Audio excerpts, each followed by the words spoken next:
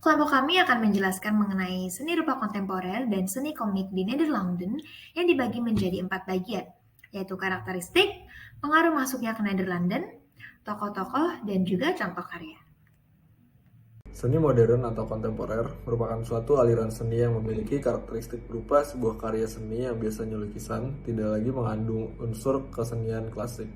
Seniman seni rupa kontemporer menganggap originalitas atas suatu karya seni memberikan pandangan artistik yang lebih baik. Seniman-seniman tersebut seringkali melakukan eksperimen terhadap karya seni mereka tentang bagaimana mereka merepresentasikan realita dalam bentuk abstrak.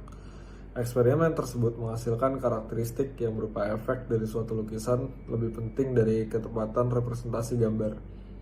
Lukisan-lukisan tersebut menggunakan objek geometris serta warna yang memiliki kontras yang tinggi. Sebelum memasuki abad ke-20, seniman-seniman dituntut untuk menggunakan aturan seni yang cukup ketat seperti melukis berdasarkan realita. Para seniman tersebut kemudian mulai membelot dari aturan tersebut dengan membuat lukisan yang lebih bebas berekspresi seperti membuat suatu karya seni yang bersifat lebih abstrak. Pada abad ke-20, para seniman tersebut kemudian menerapkan unsur abstrak seperti bentuk geometris dan garis ke dalam lukisan mereka. Seni rupa kontemporer memiliki pengaruh yang besar terhadap berbagai aspek di Belanda. Beberapa aspek yang dipengaruhi oleh seni rupa kontemporer tersebut yaitu seni bangunan dan desain. Contoh dari pengaruh tersebut di Belanda yaitu aliran seni The Style yang merupakan bagian dari seni rupa kontemporer. Bangunan-bangunan pada awal abad ke-20 banyak yang menerapkan kesederhanaan bentuk-bentuk geometris yang dipengaruhi oleh aliran seni The Style. Selanjutnya pada bagian desain, majalah The Style menggunakan unsur-unsur geometris yang merupakan pengaruh dari aliran seni rupa kontemporer. Salah satu tokoh seni rupa kontemporer yang kita ambil di sini adalah Mark Mulders. Mark Mulders merupakan pelukis kontemporer dan impresionis modern, akuarelis, fotografer, dan juga seniman kaca patri yang lahir tahun 1958. Ia tinggal di Landhout-based antara Tilburg dan Eindhoven. Mulders belajar di St. Jo's Academy di Breda dan memenangkan Prix de Rome, yaitu beasiswa Perancis untuk mahasiswa seni 2 tahun kemudian. Bagi Mulder, segala sesuatu bermula dari konsep agama, tradisi, dan juga perhatian.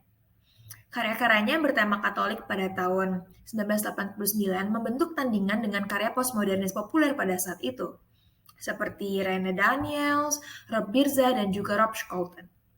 Hal ini kemudian membuat Mulders memperoleh banyak perhatian internasional, yang menghasilkan ia dapat menggelar pameran tunggalnya di Museum Stedelijk Amsterdam pada tahun 1991. Karya Mulders kemudian menarik perhatian pada siklus abadi hidup dan mati yang diwakili oleh alam. Sosok ikan dan burung, bunga, dan berbagai motif organik merupakan elemen yang berulang dalam karya-karyanya.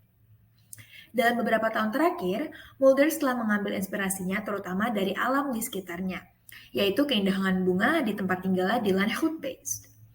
Ia juga telah membuat sejumlah besar jendela kaca patri untuk Katedral St. John di Den Bosch dan Nieuwe Kerk di Amsterdam.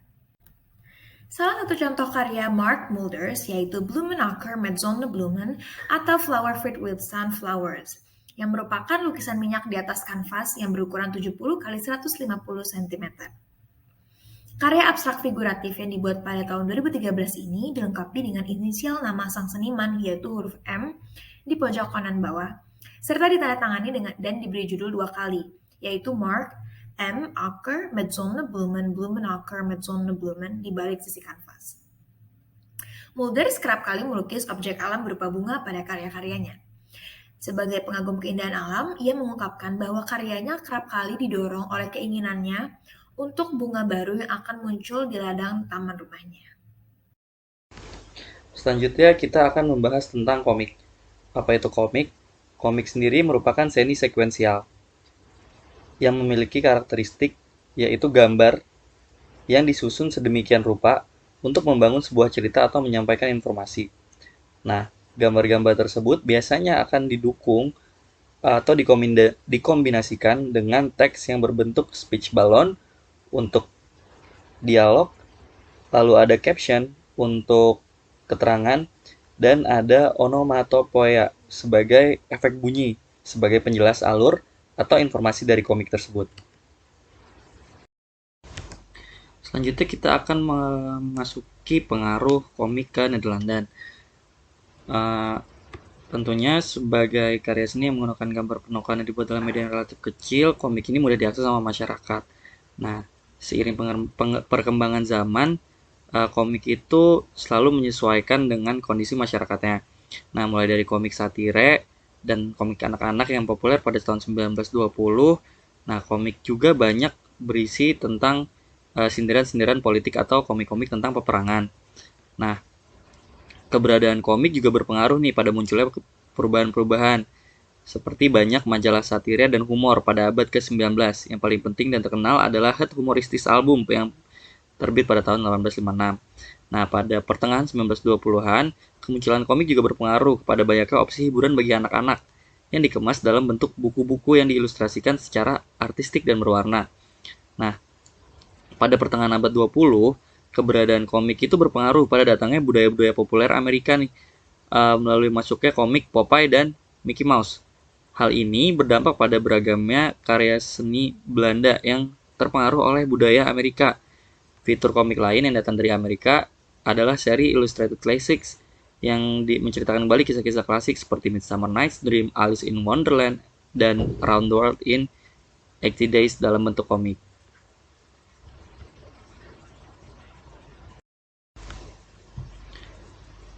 Nah, pengaruh komik pada bilangan politik di Belanda dapat dilihat dari adanya komik yang dibuat oleh Jos Zwarte yang menggambar komik menentang pembangunan sistem bawah tanah Amsterdam serta penindasan petani kopi di Angola. Lalu pada tahun 1977, Jaap Vechter memulai komik satu halamannya di majalah Vrij Nederland, yang dengannya dia mengomentari isu-isu aktual. Nah, dari sini kesadaran masyarakat Belanda akan signifikasi politik juga meningkat pada tahun 1970-an melalui fenomena-fenomena komik satire dan komik politik yang dimuat di surat kabar. Nah, pengaruh komik juga sangat besar pada dunia jurnalistik, khususnya koran atau surat kabar. Di mana di sini surat kabar itu banyak memilih penggunaan komik strip untuk menyampaikan isu-isu sosial dan politik karena lebih murah dan lebih mudah untuk menggugah pembaca. Hal ini juga berpengaruh pada meningkatnya pendapatan para pembuat gambar komik di Belanda yang sampai-sampai mendapatkan satu kolom khusus di surat-surat kabar. Nah, salah satu tokoh komik yang populer yang muncul di surat kabar Belanda yaitu Heinz, si kucing pemarah yang digambar oleh Rene Wendig dan Eddie de Jong. Keberadaan komik strip tersebut berjalan sampai tahun 2000 dan kononnya film animasi sedang digarap untuk komik strip ini. Salah satu komikus Belanda yang kami ambil sebagai contoh adalah Peter van Dongen. Peter van Dongen merupakan seorang seniman komik atau komikus dan ilustrator Belanda yang lahir di Amsterdam tahun 1966. Ia memulai debutnya sebagai kartunis di majalah Balloon pada usia 16 tahun. Karya komik yang paling terkenal hingga saat ini adalah seri Rampokan, yaitu Rampokan Jawa dan juga Rampokan Celebes. Ia memperoleh inspirasinya menggambar komik tentang kisah-kisah Indonesia karena diceritakan oleh ibunya yang berasal dari Manado. Selain itu, material untuk menggambar komik tentang Indonesia juga ia peroleh dari foto-foto tua dan juga literatur dari perpustakaan di Indonesia. Van Dongen bekerja selama 7 tahun pada bagian pertama dari seri Rampokan dan bagian kedua yang diterbitkan pada tahun 2004. Sebelumnya, pada tahun 1990, ia menerbitkan novel grafis pertamanya yaitu Maarten Theater. Karya-karyanya pun banyak dipengaruhi oleh seniman komik Belgia yaitu Hergé. Van Dongen menggambar juga cerita Blake dan Mortimer yaitu The Valley of the Immortals yang dirilis dalam bentuk album pada November 2018 bersama kartunis Toon Berserik. Partisipasi ini menjadikan Van Dongen dan Berserik sebagai kartunis atau komikus Belanda pertama dari serial komik ini. Di tahun yang sama, Van Dongen juga dianugerahi Stripskapprijs, yaitu satu-satunya penghargaan Uwer di Belanda untuk seniman komik strip. Seperti yang telah kita bahas tadi, salah satu contoh karya dari Van Dongen yaitu Rampokan. Rampokan Jawa dan Celebes adalah komik karya Peter Van Dongen yang menceritakan tentang Johan Knevel, yaitu seorang prajurit Belanda dalam misinya mencari Nini, yaitu pengasuh masa kecilnya di Hindia Belanda. Rampokan adalah nama pertarungan harimau Jawa tradisional yang diadakan di akhir Ramadan. Nah, dalam konteks novel ini, harimau yang mencoba melarikan diri mewakili orang Jawa dan perjuangan mereka untuk kemerdekaan. Van Dongen menggunakan montase yang cerdas dan rasa ketegangan yang luar biasa untuk menenun adegan dari pertarungan harimau ke dalam narasi utama. Namun begitu, dia menjaga warnanya tetap tenang, menggunakan warna khaki untuk menonjolkan bagian-bagian tertentu dari gambarnya. Tulisan tangan yang ramping dalam line clear klasik, yaitu garisan jelas, membuat halamannya pun tetap cerah dan mudah dibaca. Sekian pemaparan singkat dari kelompok kami mengenai seni rupa kontemporer di Belanda dan seni komik di Belanda. Atas perhatiannya, kami ucapkan terima kasih.